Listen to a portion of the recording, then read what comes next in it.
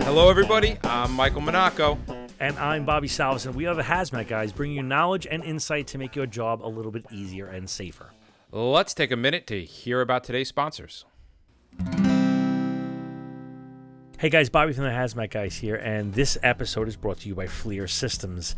If you're not sure about your white powder is fentanyl, or maybe you suspect that you have an explosive hazard, or you need to confirm that the leaking barrel is toxic, the FLIR Griffin G510 GCMS is your go-to for next-level on-scene chemical identification. Mounted in your vehicle or carried to the point of sample collection, it is always ready. Using the built-in touchscreen, start the method wizard to help you select the best method for the mission. If you have no time, no lab, it's no problem. You can quickly identify unknown chemicals with accuracy. To learn more, go to FLIR.com/G510, or that's FLIR, FLIR.com/G510. Let's get to the show. Hey guys, Bobby back here with Mike on episode 203, part 2 of the unknowns. Handling an unknown. We're definitely in part 2. Definitely, I would hope so. Yeah. So we're gonna go a little deeper, actually a lot deeper into this whole thing. But first, right now, continuing challenge is happening in Sacramento, and we'd like to thank them for giving us the Technology and Innovation Award for this year. Tremendous honor for us to get it. Unfortunately, we could not travel out there as we are so fancy and special and busy. Yeah, we requested the jet, the private Lear jet, but they said no. No. Surprisingly, I don't know how that happened. They said Baxter was already on it, so I'm not quite sure how that happened. Yeah, probably. But you know what? What's the next thing we got coming up? We got our partnerships with Federal Resources. Yes, the classes that we're doing. Yeah, we're rolling out October 7th. The debut of the modular metering, which is kind of like a Chinese food pick your module. So if you have this or that or this technology in your department, we build a mini course for you and then spoon feed it for you. But I'm going to put my money where my mouth is. No matter how many times you've seen these classes, no matter how many different ways or instructors have done this shtick, I guarantee you will come out with something you didn't know. Yeah. We'll do it a little, put a little twist on different. It, and we'll kind of mesh it together with other stuff. Yeah, I think it'll be entertaining and informative with a lot of takeaways. Yeah, and this first class, if you can get in there and get signed up, it's a free-o. Yeah, I think just go to Federal Resources website. I think they have it up. I don't really know exactly where it is, but if you have any questions, give us an email over at us, and we will forward you over to the right person.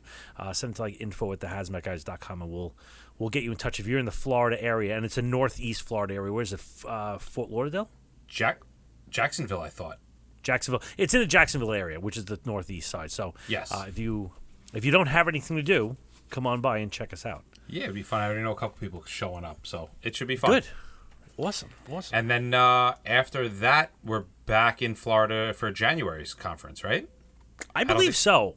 I got to work that out. There's some details that we have to work out with Florida's state conference, which I'm sure we're going to be able to do. But, we're going to miss Hot Zone this year, unfortunately.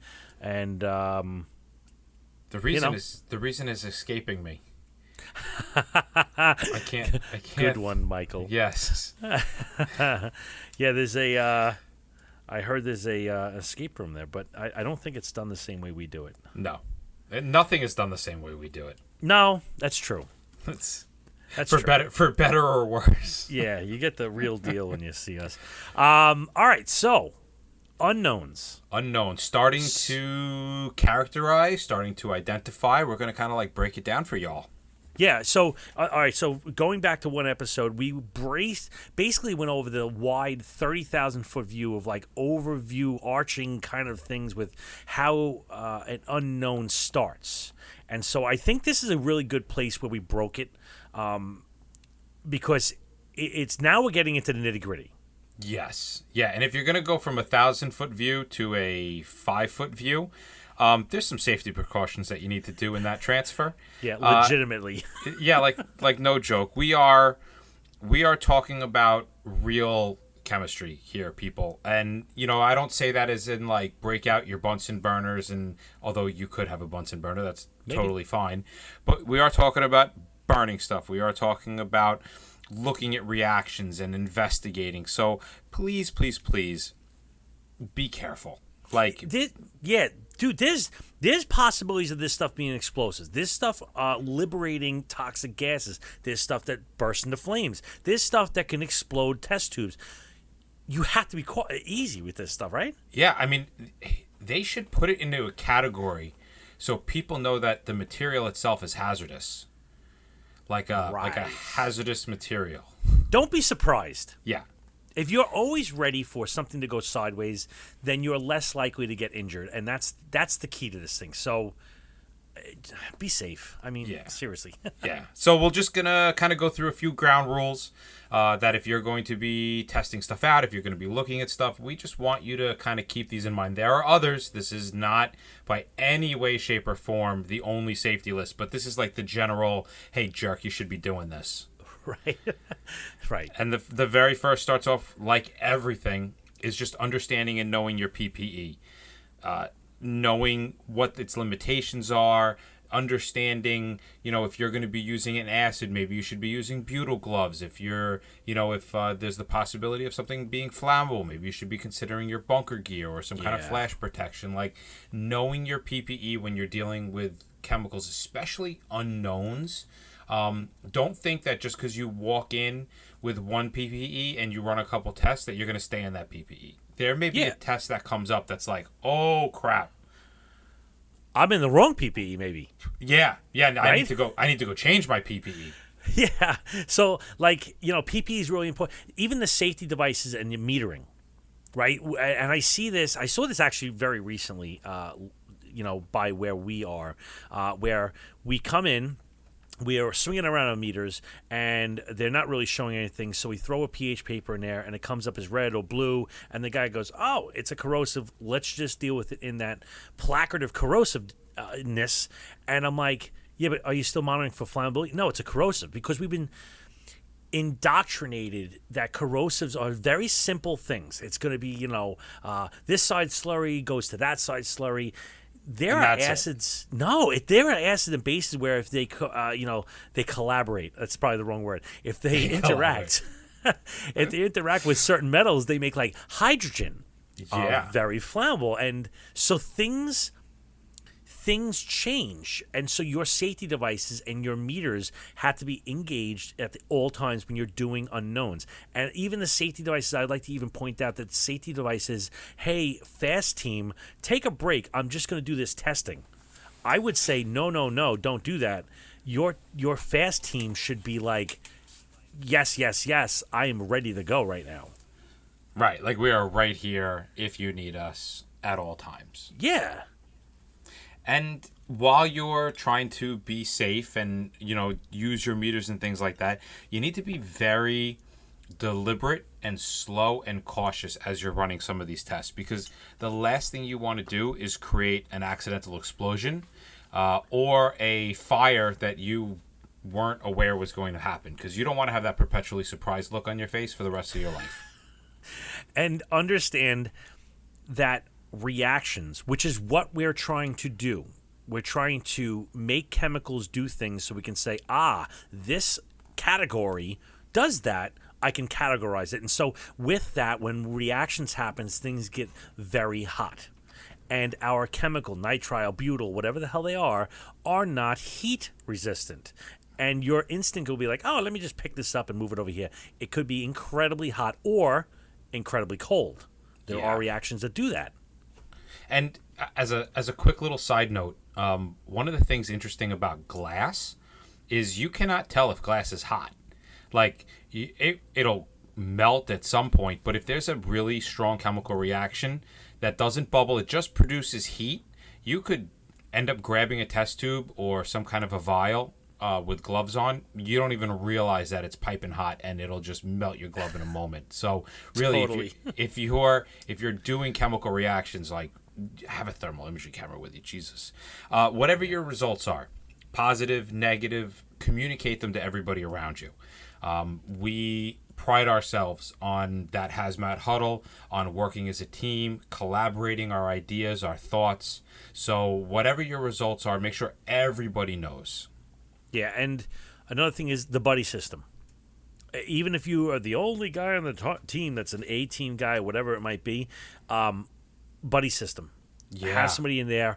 And even I would even venture to say, hey, listen, have a scribe. So as these results are coming down, this guy is writing them down, chronologically. And you have somebody else that's verifying. I will go, if me and Mike are in the tent and I'll do an experiment, I'll look at it and go, I see pH of 6. What do you see? And he'll be like, confirm 6. Or, right. No, I think it's 9. And then we'll have maybe a third person break the tie or something. Yeah, but in general, if it's just two of us, that person that confirming, that we're talking kind of clean dirty here, right? Where you're gonna be the guy doing the testing, so you're dirty. I have a pen and paper. I'm confirming your results, but I'm not really touching anything. Totally, you're just looking. Right. Another thing is that when there's a problem, right, and there may very well be a problem that pops up, you got to let people know. Don't be afraid to hit the panic button if it comes down to it. Yeah, without a doubt. It's very similar to, well, it's not even similar to a Mayday. It is literally, it's kind of working off that pride system that we have as working as a group. Yeah. And, this kind of goes without saying, but we're going to say it anyway. Don't eat or drink in the workspace. Without a doubt, don't eat or drink in the workspace. And this also comes to washing your hands when you're done. You take your gloves off. Before you eat anything, wash your hands. All right. We also want to make sure that everyone knows that the area of analysis is sort of the hot zone. It's a no-go area. It's a place that we want to make sure people they have their SCBA on, they have their mask on, because like we said before, a lot of these chemical reactions are going to produce gases that are toxic or flammable, and we don't need somebody getting a face full of something because they just decide to wander over and see what was going on.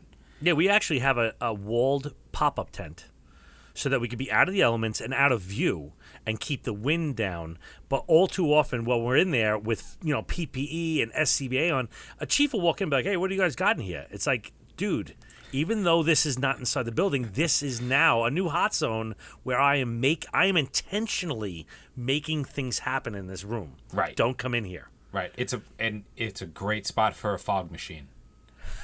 That would be so awesome. You really want to impress people. Put a fog machine in your little tent. We should definitely be like, we know people outside. We should be like, oh, that wasn't supposed to happen. Oh no! Stick your head out, throw up, go back in. Just hold your breath and go back in. Oh, that's so funny.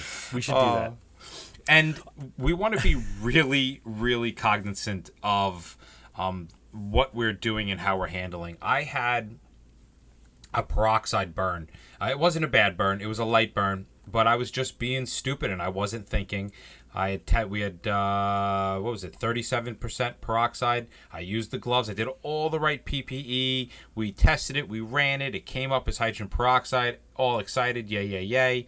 Everything is capped. The chief comes over and is starting to talk to me, and I'm talking to him, and we're talking about the run and what we're going to do next and yada, yada. And I wasn't even thinking. I had taken the thing out of the Raman spectroscopy meter. I pulled it out, and I'm talking to him, and I'm like, you know what? I'm going to take this sample back with me because we do that to run it and use it as drill. And I pulled my gloves off. I grabbed the vial. I had it in my hand for maybe a third of a second, and I put it in the pocket of my bunker gear. On my way back from that run, my hand was pure white and burning. Just from the little bit of peroxide that was on the side of that vial, I grabbed it without my glove. Be cognizant, completely cognizant of your workspace. Yeah, that's a really good point because, after we're done with some of these experiments, you got to get rid of that waste. And it is hazmat. So, and you know what? This is going to I'm going to loop around to this because we just recently had something where we put a chemical into a plastic container. I don't know if it was us. Actually, I think it was another agency that put a chemical into a plastic container, and it ate through it. And they were shocked by that. They were like, they didn't think that plastic was plastic. How I'm like, could this happen? There's 7 different levels of plastics for different stuff, and there's HDPE, high density polyethylene. There's all types of stuff. So on the bottom of those things, and this is really not the episode, maybe we'll go back into this later on, is that there's like a little recycling triangle and then say a number inside. Well, that all really means something. It tells you what it can hold. So what are you going to do with that waste? And afterwards, it's a hazmat. It's got to be overpacked. So with that, let's get into the strategy. We've done the safety strategies. I will say that every time you do this, it's different. Don't have any, I will say, expectations. Don't expect it to act one way. Oh, it's clear. Oh, I've had things in bottles like this. Expect it to be unique every time. It can be used on the sample itself, the environment, even the skill of the technician. Everything has to be taken into stock before we start this endeavor. Hey guys, you've heard us talk about First Line Technologies' Dahlgren Decon solution and their FiberTech wipes and mitts. Well, they've had a lot of their customers ask them to provide in-depth training on using Dahlgren Decon, FiberTech wipes, as well as their various kits, and now they've created a First Line Utilization Academy to deliver the range of classes designed to improve their students' knowledge of hybrid decontamination. They have a special comprehensive Train the Trainer course designed to prepare trainers and hazmat team leaders to return to their organizations and conduct training. The participants in this course will receive a template lesson plan, a presentation they can use to train their teams, and a quick reference book they can use in the field. Now, class size for the Train the Trainer class is limited to 6 to 8 participants, and classes fill up fast, so reserve your desired training date today. They will also conduct customized on-site classes to entire teams to give everybody both classroom instruction and hands-on experience in using Dahlgren Decon and FiberTech wipes for hybrid decontamination. Call the guys at First Line Technology for more information or to register for a class at 703-955-7510 or email them at training@firstlinetech.com. All right, let's pick up where we left off. Yeah, so let's kind of keep in mind that the vast majorities of these types of events are actually accidental, mainstream, either residential or business type chemicals. Meaning that we rarely are dealing with nefarious chemicals designed like with a criminal intent, right? They always say, what's the difference between, a hazmat scene and a crime scene? The crime scene was the intent. And if I'm going to do a crime scene, I'm going to try to do something really, really bad. This is not saying that it can't happen, but remember the probabilities, right? The probability is that it is going to be your general run-of-the-mill chemical. Right. And that's a logical assumption, right? And we have to employ a lot of logic in this whole process. Heavily employ logic. You almost have to turn into a detective, right? So we may group the unknown with something that is similar, right? Like in the case of that corrosive I was talking about before. Oh, it's always like this. It's like this at training. And then we base our testing on this unknown. Are we seeing what we expect to see? And if we are successful, then we will continue down this road. But you have to be ready to bail. At the first time it comes up sideways, you'll be like, I'm going to redo that test. Maybe I screwed up. But if it goes twice, it's like, yep, I'm going in the wrong direction. You have to be ready to say, I am not driving down this road because I just think it is. Right. Oh man, 100%. We have to take everything that comes our way, every piece of evidence that we get, we need to sit and compare it with the other evidence that we got, right? So if somebody says, oh, it's a solid white and we observe it as a purple liquid, we need to challenge everything that we think we know. So again, it's that whole idea of everything we do, we want to act like it, we want to think like a child, we want to act like a child. We don't want to assume anything. We want to always challenge everything. So what would you say we're trying to do? Are we trying to identify, say it's chemical X, or do you think we're trying to classify saying it's a flammable? Yes. I knew you were gonna say it when I was throwing it out there. Yes. If we put an unknown into a category, then we can start to make tactical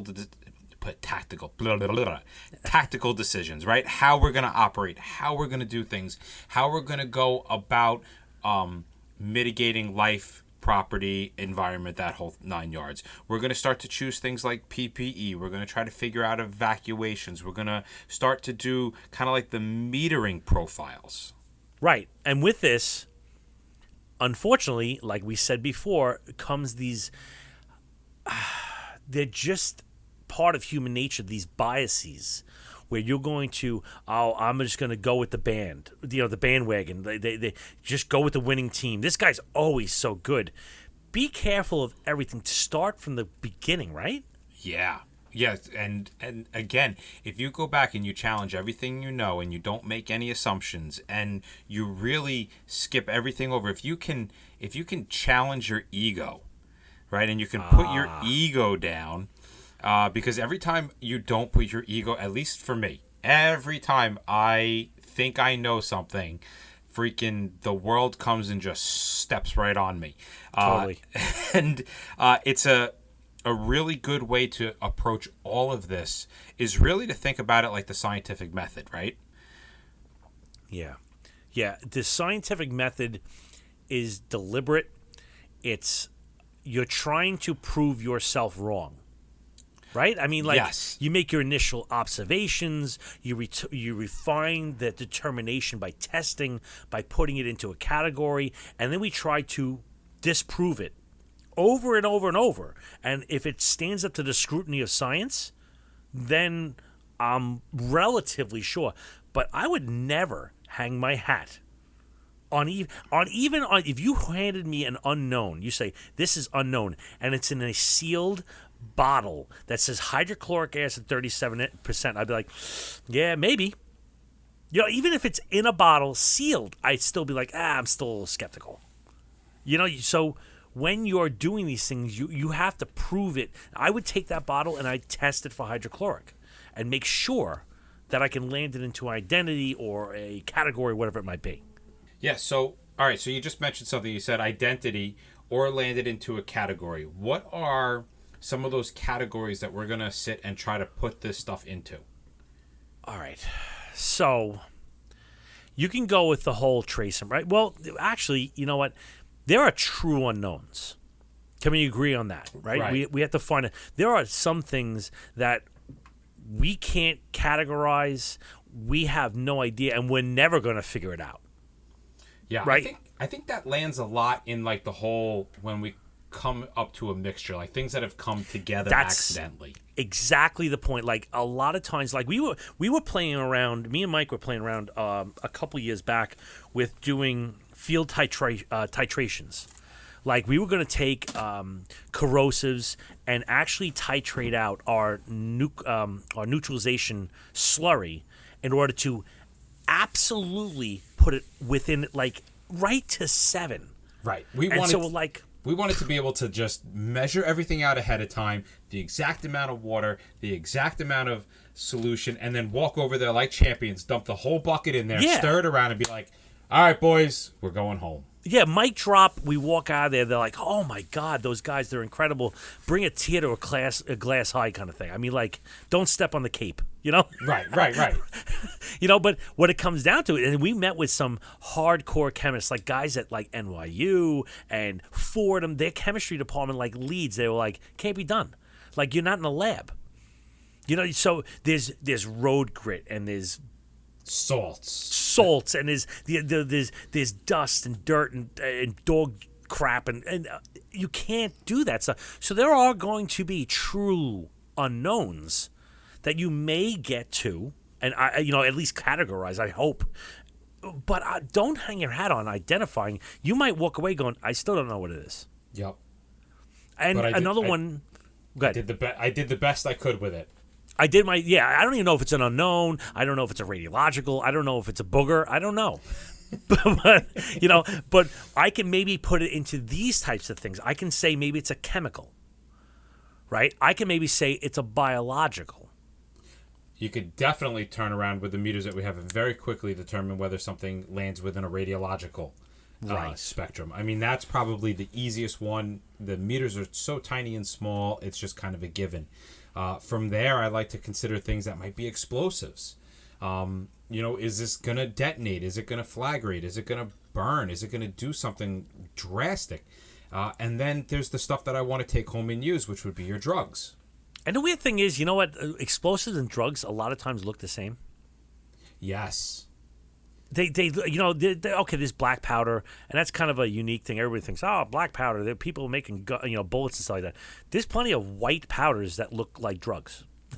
Yeah, or explosives. Or explosives. I'm sorry. Yeah, like both, either or. Yeah, they literally look almost identical, and unless you're doing an energy test, you're not going to really know the difference. Right. So let's start to get into some of these observations that we're going to use to turn around and start to put them into the different categories. Right. Enough with the palaver. Let's get right into this thing. Some of this is just smart, tried and true street chemistry, okay? Some of the stuff you might be like, that's crazy. But if you think about this, we're suggesting it because it's been done many times before us. It's been handed down, and we are buckers of the paradigm.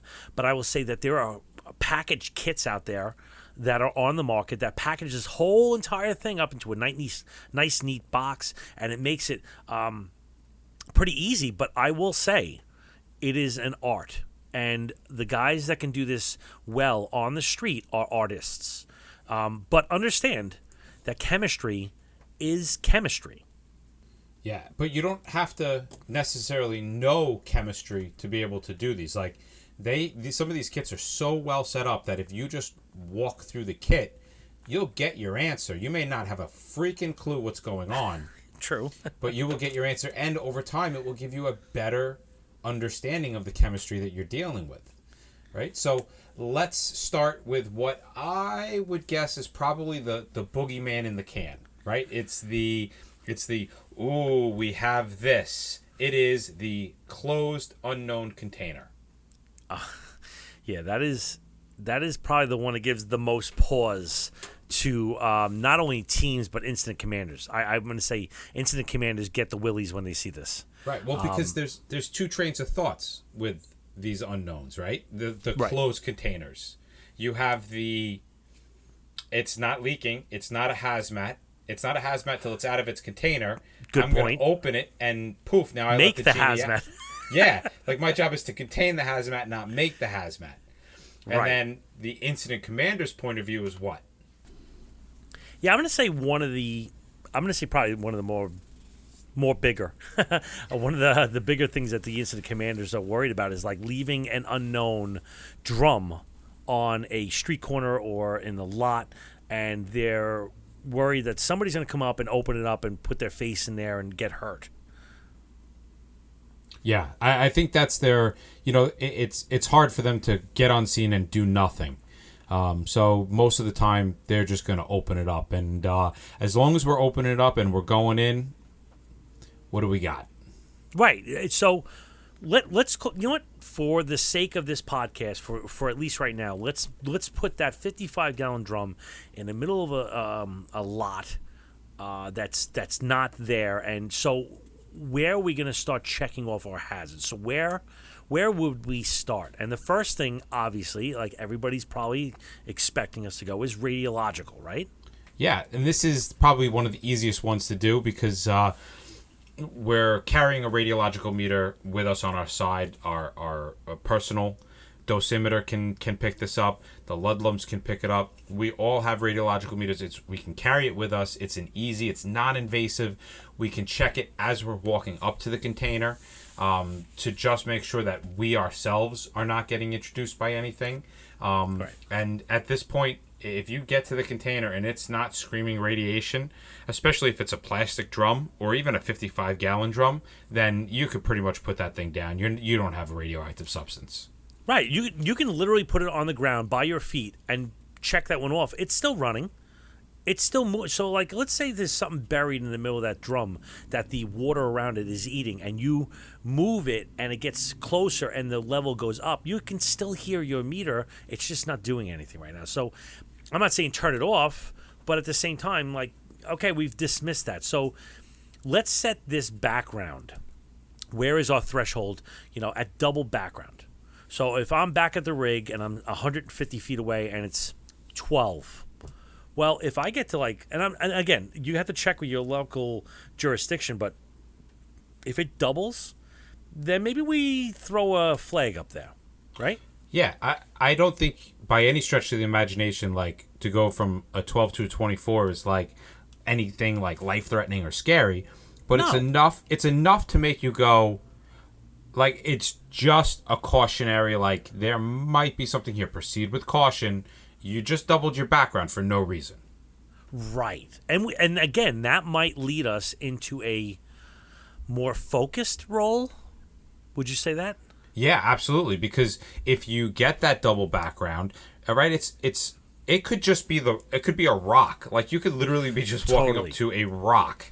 But it's the fact that now you're kind of switching gears and you're like, okay, I have the potential for something radiological. Now you start looking around. Now you start maybe contemplating on SCBA. You start thinking of what are my delineations for hot zone, cold zone, isolation zone, and that's going to depend on whatever your department's SOPs are. But these are the things that we need to start thinking about. I'm getting a double background. All I have with me is my dosimeter. Maybe I go get the Ludlam. Maybe I go get an alpha probe or a pancake probe and start seeing just what I've got going on.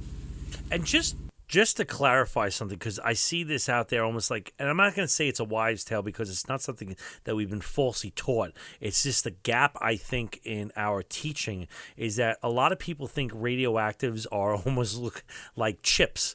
Like the test sources that we're used to seeing. They're always a solid. I just want everybody to understand that radioactives can be solid, liquids, or gases. Yes, even gases. They can be in pressurized cylinders.